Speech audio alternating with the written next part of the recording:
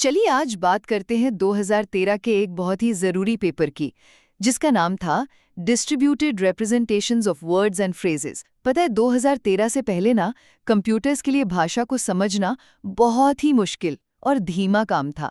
फिर आया ये पेपर और इसने वर्ड टू वेक नाम की एक ऐसी तकनीक दी जिसने एआई की दुनिया ही बदल दी। सोचिए जो ट्रेनिंग हफ्तों चलती थी वो अब कुछ ही घंटों में होने लगी। और ये सब हुआ 3 जबरदस्त आइडियाज की वजह से। तो सबसे पहली बात, ट्रेनिंग को सुपर फास्ट बनाना। इसके लिए ना 2 बड़ी चालाक तरकीबें अपनाई गईं।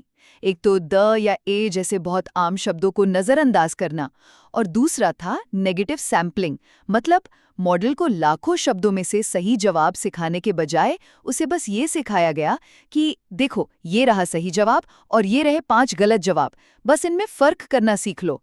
इससे काम हजारों गुना तेज हो गया, सच में। दूसरी चीज, ये पेपर सिर्फ शब्दों पर ही नहीं रुका।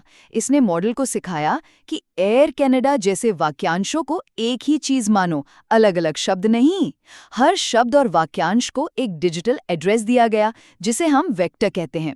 और आखिर में जो सबसे कमाल की बात सामने आई, वो ये थी कि अब आप इन वेक्टर्स के साथ, मतलब शब्दों के साथ गणित कर सकते थे, जादू की तरह। इसका सबसे मशहूर उदाहरण है, अगर आप राजा के वेक्टर में से आदमी का वेक्टर घटाएं और औरत का वेक्टर जोड़ दें तो जवाब लगभग रानी के वेक्टर के बराबर आता है।